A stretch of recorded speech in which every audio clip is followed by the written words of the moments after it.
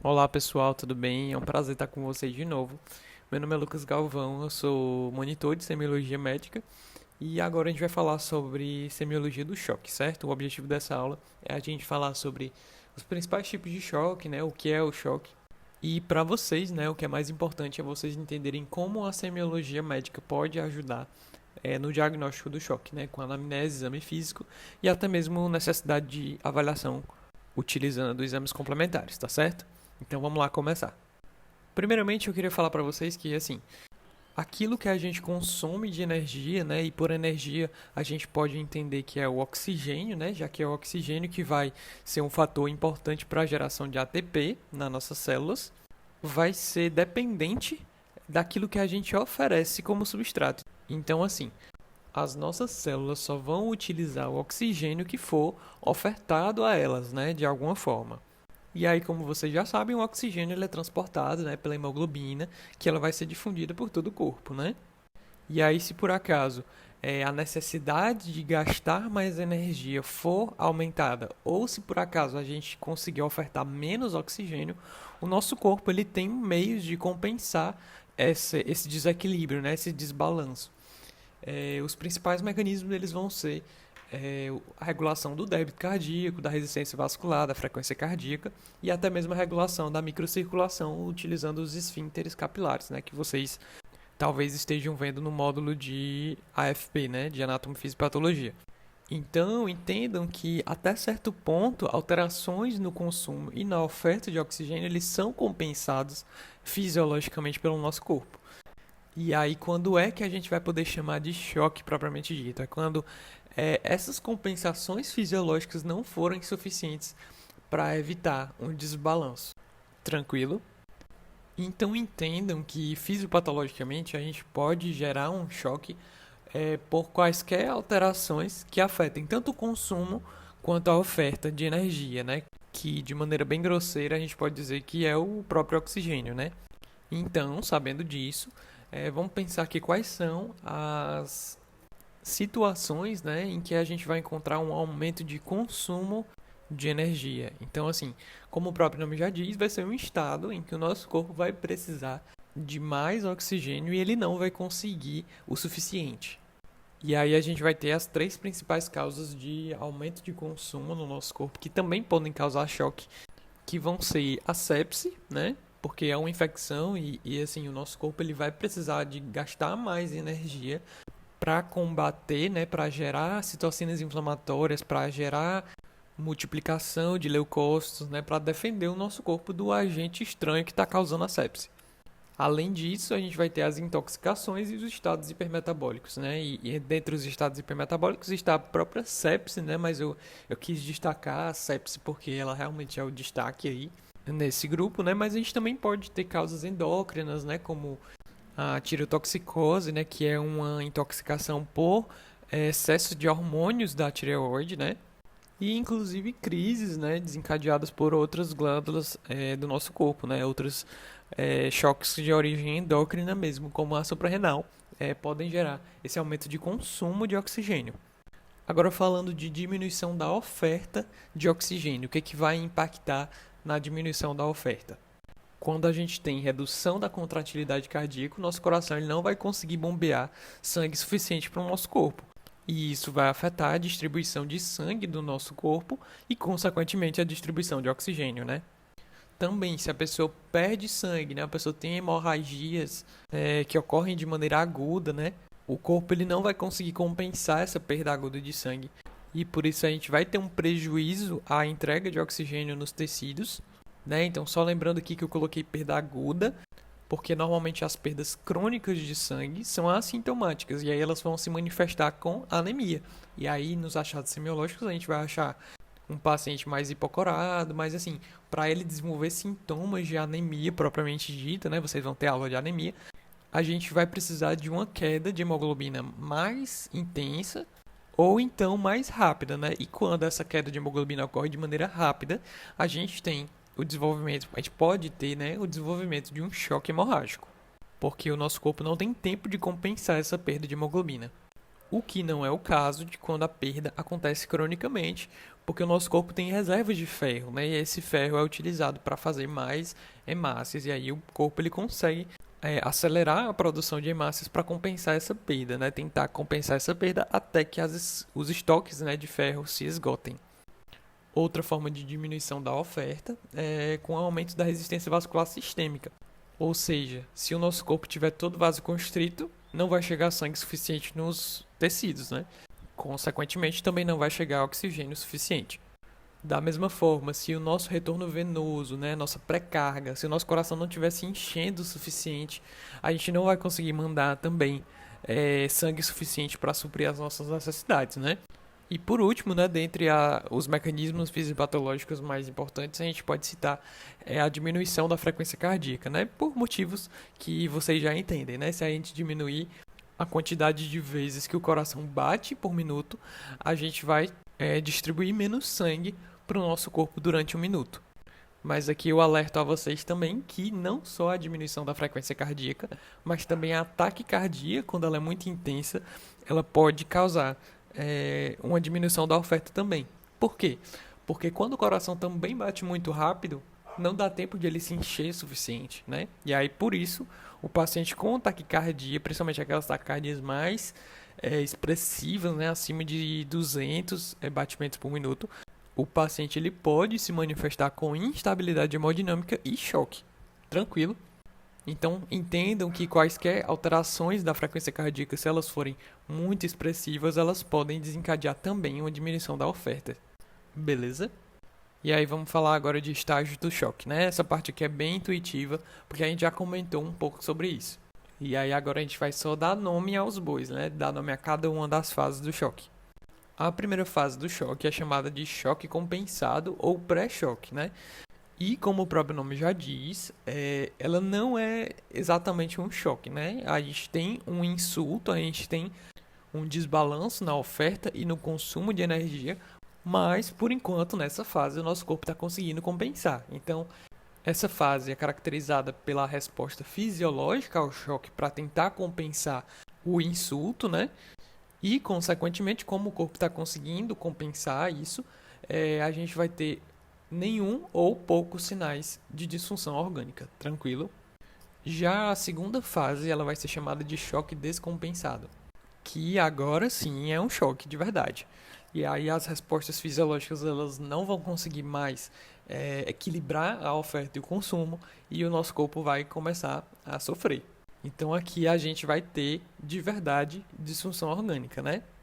E aí a terceira fase é chamada de choque irreversível, né? E como o próprio nome já diz, é um estágio em que não importa mais o que você faça, não importa mais todas as medidas que você possa lançar a mão, o paciente vai inevitavelmente vir a óbito, certo? Na prática, a linha que divide o choque descompensado para o choque irreversível é realmente muito tênue. Você realmente tem que tentar tratar de todas as formas que você conseguir, né? Aqui a gente não vai falar de tratamento, mas assim, basicamente você vai tentar fazer tudo que você pode, né? Reposição volêmica com soro fisiológico ou ringue lactato. Você pode repor sangue também, se for perda hemorrágica. Pode lançar mão de drogas vasoativas, que são drogas que interferem no sistema cardiovascular e podem ajudar a compensar o choque pelo paciente. Você pode usar antibióticos se for uma sepse, né, o paciente estiver com choque séptico. E outros tratamentos, né, disponíveis para você tentar controlar a situação ali o máximo que você puder. E aí a gente vai chamar de choque reversível quando essas medidas não forem suficientes para evitar a deterioração do paciente. Tranquilo? Então vamos lá continuar. Pronto, então nessa parte aqui vocês precisam prestar um pouquinho mais de atenção, porque essa classificação é bastante importante para vocês entenderem o choque, entenderem as possibilidades de causas que podem gerar o choque. E na prática clínica vocês vão utilizar demais essa classificação, tá certo? Então prestem atenção que é muito importante. A gente vai poder encaixar o choque dentro dessas 4 possibilidades aqui, certo?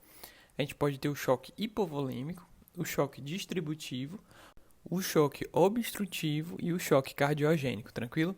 Se por acaso mais de um mecanismo dentre esses estiver causando o choque, a gente vai poder chamar de choque misto, tá certo?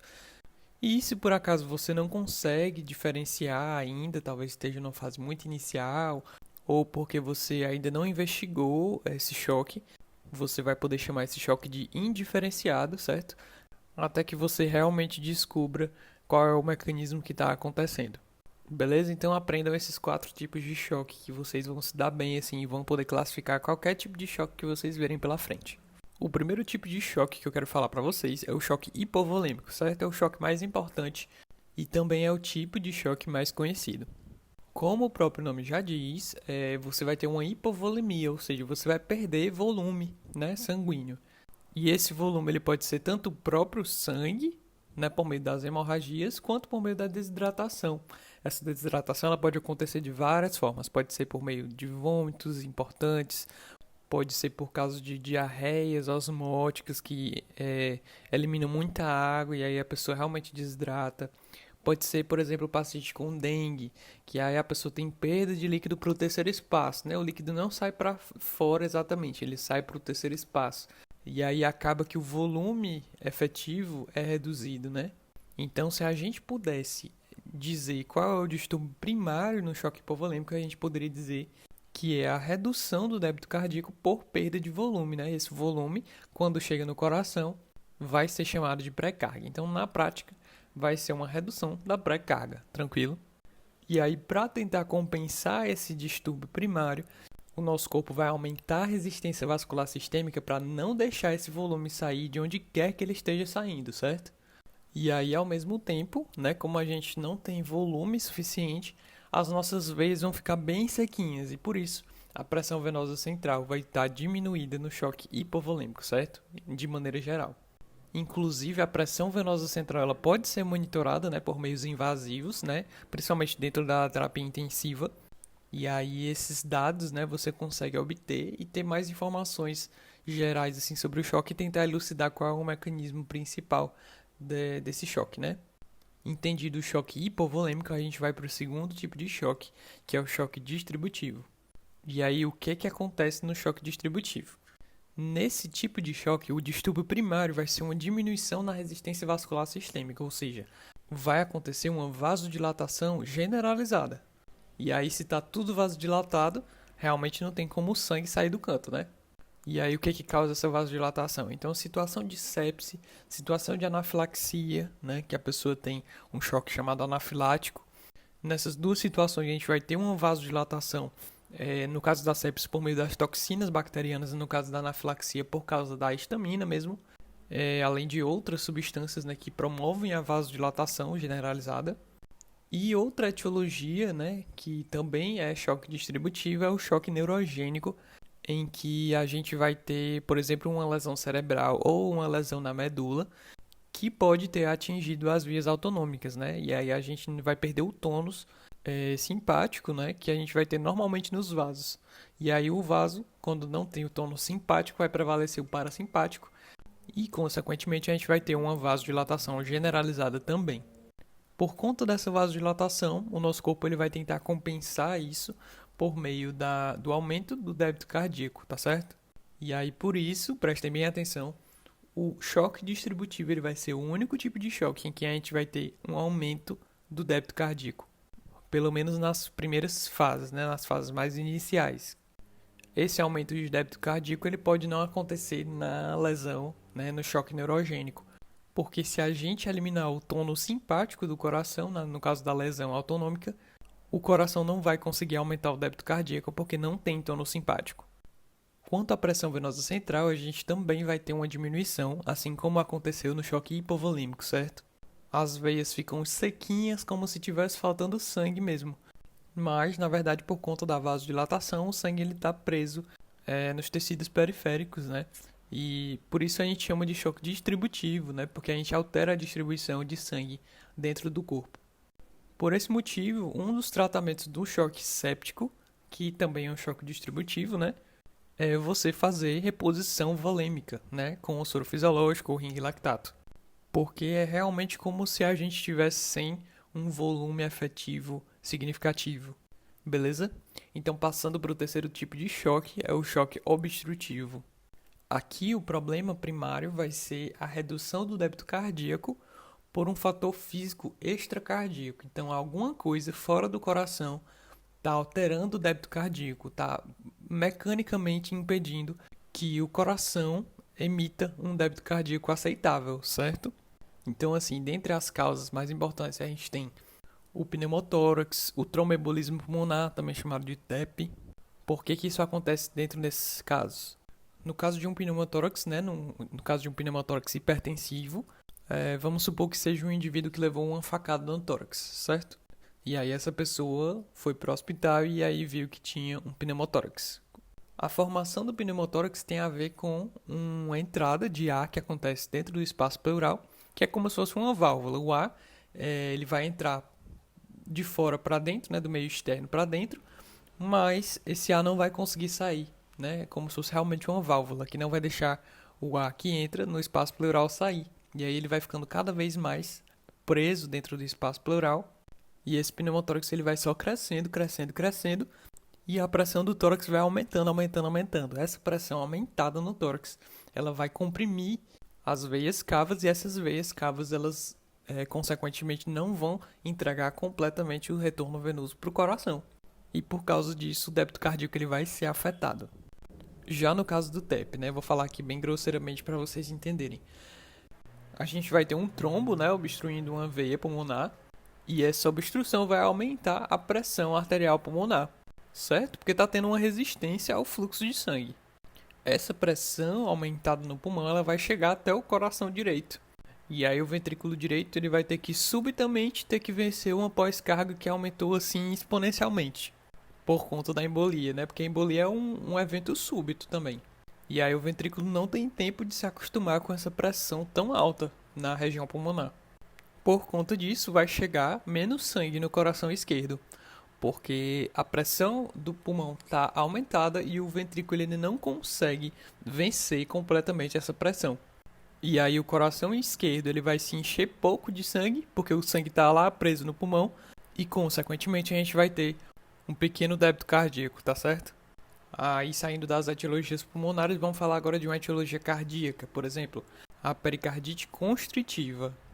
Nesse caso, quando a gente tem um derrame pericárdico que ele vai se enchendo, se enchendo, se enchendo, e aí restringe a movimentação do coração e, portanto, a contratilidade do coração, a gente vai ter uma diminuição do débito, né? No caso, há esse fenômeno que a gente chama dessa constrição do coração mais intensa que afeta a hemodinâmica do paciente, a gente vai chamar de tamponamento cardíaco, beleza? E não só o derrame pericárdico ele pode gerar o tamponamento cardíaco. No caso do trauma, a gente pode encontrar também tamponamento cardíaco quando existe trauma perfurante dentro do coração. A gente vai ter, no caso, sangue preenchendo o espaço pericárdico, né? Então, entendam que qualquer coisa que comprima dentro do espaço pericárdico o coração, gerando um tamponamento cardíaco, vai afetar o débito cardíaco. E por causa disso, a gente vai ter um choque obstrutivo. E aí, o último exemplo que eu queria trazer para vocês, aqui do choque obstrutivo, é a dissecção de aorta. Nesse caso, a gente vai ter um rompimento da parede do vaso, né, da aorta, só que essa ruptura ela não vai ser completa, certo? A gente vai romper só até uma determinada camada do vaso, né, assim falando de maneira bem simples. E aí, esse sangue, ele vai ficar entrando nessa parte onde foi meio que perfurada, e aí o sangue ele vai ficando armazenado lá, vai ficando como se fosse um segundo lúmen dentro da parede da aorta. E aí o sangue, em vez de descer todinho lá para a aorta descendente, ele vai ficando parte acumulado lá na região da dissecção, né? E aí, por conta disso, a gente vai dizer que tem um choque obstrutivo porque o débito cardíaco ele não está conseguindo chegar nos tecidos periféricos, né? Ele está ficando parte, né, boa parte, retido nesse falso lumen que foi criado na aorta. Beleza? E aí, por conta disso, a gente vai ter um aumento compensatório da resistência vascular sistêmica. Por quê? Porque o nosso corpo vai entender como se a gente estivesse perdendo sangue. Já que meu débito cardíaco está bem miudinho, o corpo vai pensar, não, tem alguma coisa errada, a gente deve estar aqui perdendo sangue, então vamos aqui vasoconstringir para ver se a gente controla a situação. Certo? Então a gente vai ter um aumento da resistência vascular sistêmica e a pressão venosa central, ao contrário dos dois últimos choques que a gente viu, vai estar aumentada. Por quê? Porque a gente vai ter uma obstrução à saída do fluxo de sangue do coração, né? Mas o problema, digamos assim, ele está em torno do coração. Ele não é o coração, mas ele está em torno do coração. Então, as veias cavas, as veias de maior calibre do nosso corpo que estão chegando ali no coração, elas vão ficar tudo cheias de sangue querendo entrar no coração, mas não vão poder, porque tem algum processo obstrutivo ao débito cardíaco. Por causa disso, se a gente for medir a pressão, né, a pressão venosa central, ela vai estar aumentada, beleza? E aí o último tipo de choque que eu queria falar para vocês é o choque cardiogênico. E aqui vocês vão ver que ele é praticamente a mesma coisa do choque obstrutivo, só que o problema, em vez de estar fora do coração, ele está dentro do coração, né? Então percebam aqui que a gente tem um distúrbio primário com redução do débito cardíaco também, mas é um fator cardíaco que está causando isso. Da mesma forma, a gente vai ter uma resistência vascular sistêmica aumentada e a gente também vai ter um aumento da pressão venosa central, porque o sangue vai estar doido para entrar no coração, mas o sangue está ficando preso, porque o coração não consegue bombear tudo. E aí o que causa é o choque cardiogênico? A gente pode ter um infarto agudo do miocárdio, diminuindo a contratilidade cardíaca, a gente vai ter uma insuficiência cardíaca que pode estar agudizada, de alguma forma ela pode estar agudizada. A gente pode ter as miocardiopatias, as miocardites, as arritmias, que tudo isso prejudica a contratilidade ventricular e por conta disso a gente vai ter uma diminuição do débito cardíaco. Então lembrem lá daquela formulazinha, né? O débito cardíaco é igual a frequência cardíaca vezes o volume sistólico, né? Então, assim, se qualquer uma das coisas estiver alterada, tanto o volume sistólico quanto a frequência cardíaca, no caso das arritmias, a gente vai ter uma diminuição do débito cardíaco. Beleza? Então aqui eu deixo uma tabela que é resumindo todas essas informações que eu falei para vocês sobre resistência vascular sistêmica, pressão venosa central, débito cardíaco, beleza? Que aqui vocês têm que saber, tá certo? Vocês têm que saber assim para a vida, para vocês identificarem os tipos de choque de acordo com esses parâmetros aí. Então vamos lá, você recebeu um paciente que você está suspeitando de choque. Então, a primeira coisa que você tem que fazer é a anamnese, né? Então valorize a anamnese. Você tem que detalhar bastante para você entender e pensar já nas potenciais causas que podem estar por trás desse choque, né?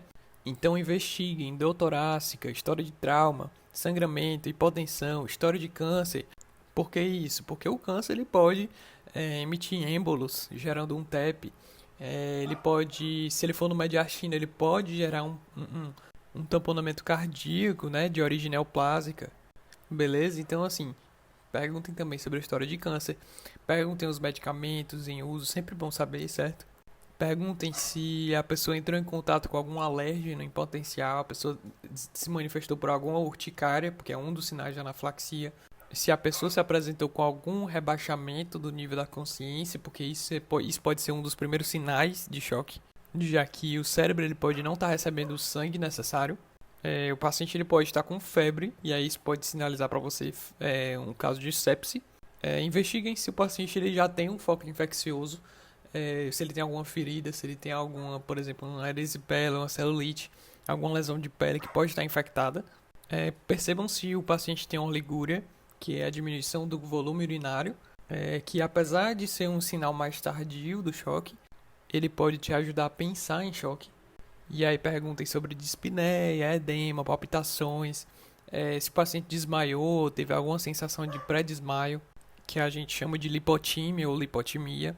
Beleza? Então aqui nesse slide de anamnese eu queria deixar essa mensagem aqui para você valorizar a história clínica, já que ela pode te ajudar tanto a pensar em choque e começar a tratar logo o seu doente.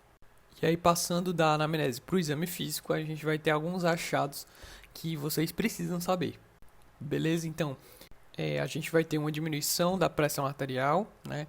E aí no choque a gente vai ter uma medida mais confiável que é a pressão arterial média, que normalmente no choque ela vai estar abaixo de 65, mas assim, não se confiem completamente na pressão baixa para suspeitar de choque, porque pacientes eles podem ter pressões mais altas de maneira basal. Por exemplo, um paciente que tem uma pressão sempre 150 por 100.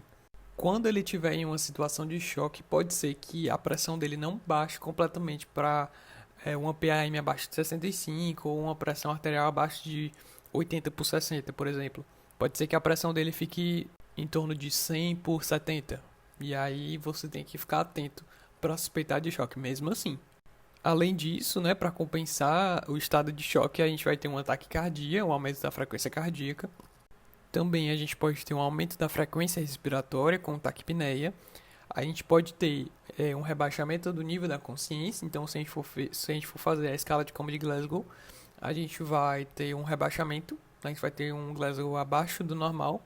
Além disso, o paciente ele pode estar mais agitado ou mais letárgico, né? Agitado principalmente nos estágios mais iniciais e letárgico mais para o final. No caso de todos os pacientes com choque, exceto no paciente com choque distributivo, a gente vai ter uma pele fria e pegajosa, porque a gente vai ter uma vasoconstrição importante, que vai se manifestar por meio da pele fria e pegajosa, tá certo? No choque distributivo, como nas fases iniciais a gente vai ter uma vasodilatação, por conta do próprio mecanismo do choque, a gente vai ter, na verdade, uma pele quente, beleza?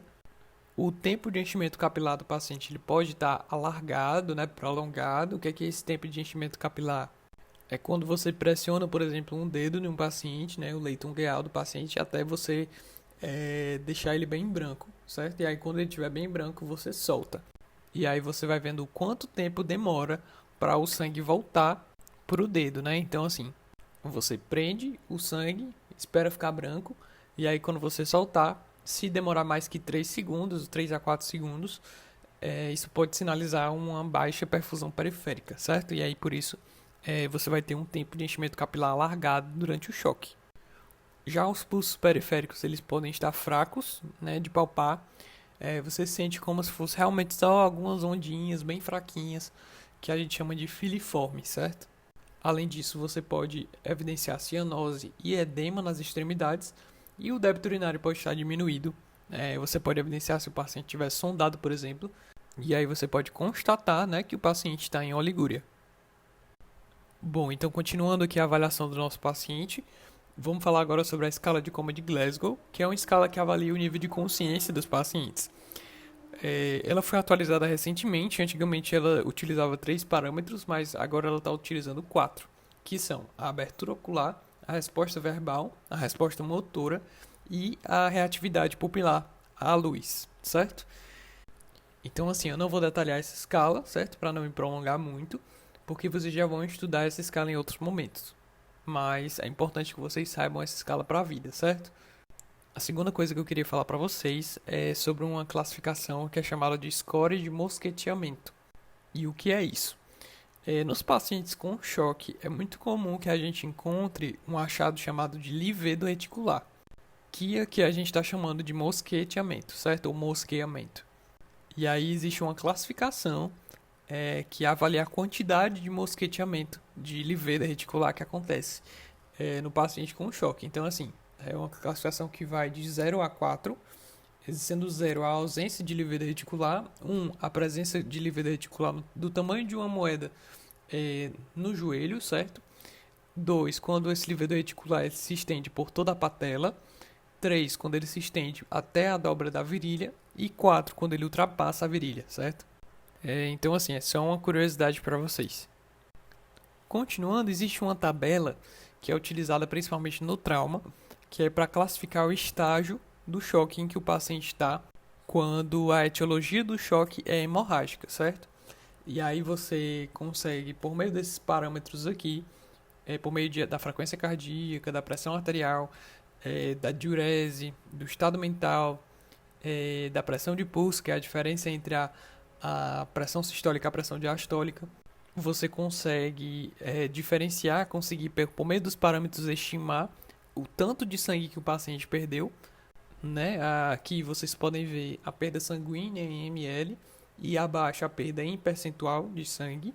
E aí eles dividem em 4 estágios, que é a classe 1, classe 2, classe 3 e classe 4, certo? Isso é uma curiosidade, mas é muito utilizado na prática isso. Então, pausem o vídeo, deem uma lida nessa tabela, porque ela é muito importante, certo? E pode ser que ela não ajude vocês nesse momento, mas ela pode ajudar vocês no futuro, tranquilo? Outro parâmetro que a gente pode utilizar é o que a gente chama de Shock Index, certo? Que vai ser uma formulazinha que a gente vai dividir a frequência cardíaca pela pressão arterial sistólica. E aí você vai ter como normal valores entre 0,5 e 0,7. Se por acaso o paciente tiver valores de choque index maiores que de 0,7 a 0,9, isso pode indicar uma maior necessidade de transfusão sanguínea no caso de um choque hipovolêmico, né? No caso de um choque hemorrágico. E, consequentemente, um pior prognóstico para o paciente, tranquilo? Então, viu-se, né, que por meio dessa relação, a gente consegue ter um parâmetro de gravidade mais fidedigno do que a frequência cardíaca e a pressão arterial sistólica isoladamente. Beleza? A próxima coisa é o SOFA, certo? O SOFA é uma escala que ajuda você a identificar o quanto de disfunção de órgãos está acontecendo no paciente com suspeito de sepse. E aí, no caso, ele te ajuda a dar o diagnóstico de sepse. E a gente vai ter alguns parâmetros que vocês podem encontrar aqui nessa parte esquerda aqui da tabela. Mas eu também não vou detalhar, porque vocês vão estudar isso em algum momento. Tá? De aplicação mais prática para vocês, eu queria trazer o Quick SOFA, que é um complemento ao SOFA, mas ele é indicado justamente para quando você não tem à sua disposição exames laboratoriais. E aí você vai utilizar apenas parâmetros de exame físico. Quais são eles? 1 é a alteração da consciência. O 2 é uma pressão arterial sistólica igual ou menor do que 100 milímetros de mercúrio. E o 3 é uma frequência respiratória maior ou igual a 22. E aí, se por acaso você tiver 2 ou mais parâmetros presentes, você tem que suspeitar de sepse, beleza? E aí, depois disso, com o Quick SOFA positivo, você pode partir para o SOFA. E aí, para terminar, eu queria falar de alguns exames complementares que a gente pode solicitar. Dentre eles, eu queria falar mais sobre o lactato, porque é o lactato que é formado na respiração anaeróbia, né? Eu falei para vocês que o choque é uma situação em que a gente tem um desbalanço entre a oferta e o consumo de energia. E essa energia é produzida por meio da entrega de oxigênio, né? Quando a gente não tem oxigênio, a gente vai lançar mão da respiração anaeróbia, que no final das contas vai gerar lactato. Beleza? E aí, nos estados de choque, a gente vai ter um lactato aumentado. Dentre os outros exames, a gente tem ureia creatinina, a gente vai ter as enzimas cardíacas, que no caso a principal é a troponina. A gente pode ter um hemograma, que pode evidenciar uma leucocitose e aí você suspeita de sepse. A gente pode ter alteração na coagulação, principalmente no caso da sepse também. E por isso é importante a gente pedir o TAP-INR e o TTPA. Sumário de urina, gasometria arterial para a gente ver como é que está a questão dos gases no sangue. Ver se tem alguma hipóxia. E as bilirrubinas, que também são utilizadas na avaliação do SOFA no caso da sepse. E aí, dependendo da etiologia, você pode solicitar outros exames complementares, que aí você pode fazer um eletrocardiograma, você pode fazer uma cultura. Essa cultura pode ser do sangue, da urina ou do escarro, dependendo de onde você está suspeitando, que é o foco da sepse. Você pode solicitar um raio-x de tórax, um ecocardiograma. E por último, um exame que está sendo cada vez mais utilizado nas unidades de terapia intensiva e nas emergências por aí, que é o ultrassom point of care, que quer dizer que é um ultrassom beira-leito, né? É um ultrassom que assim é fácil de carregar, ele é mais barato, mais acessível e ele te dá informações valiosas que complementam o seu exame físico e te ajudam a identificar como é que está o paciente. Tranquilo, gente? Então era isso que eu tinha para falar para vocês. Realmente, nessa aula a gente não quer falar sobre tratamento do choque, porque vocês vão ter a oportunidade de estudar isso em outras disciplinas. Mas eu espero que tenha sido claro e eu espero que vocês tenham gostado. Tá certo? Um grande abraço para vocês e até mais.